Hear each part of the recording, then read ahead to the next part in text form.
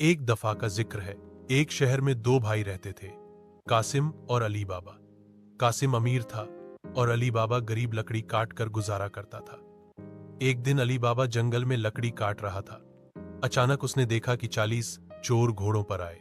वह एक बड़े पत्थर के पास रुके और उनका सरदार बोला, खुल जा सिम सिम। पत्थर खुल गया और वह सब अंदर दौलत का खजाना लेकर गए। जब वह बाहर निकले तो उनका सरदार बोला, बंद हो जा सिम सिम, और पत्थर बंद हो गया। अली बाबा यह सब छुप कर देख रहा था। चोर के जाने के बाद उसने भी वही शब्द कहे, खुल जा सिम सिम। दरवाजा खुल गया और अंदर सोना, चांदी, हीरे मोती भरे थे। उसने थोड़ा सा सोना उठाया और घर ले गया।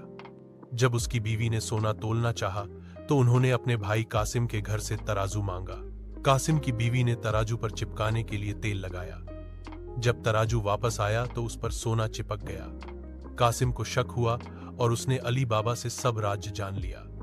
वह लालच में आकर खुद खजाना लेने गया, लेकिन वह अंदर ज्यादा सोना भरने लगा और दरवाजा खोलने के अल्फाज भूल गया।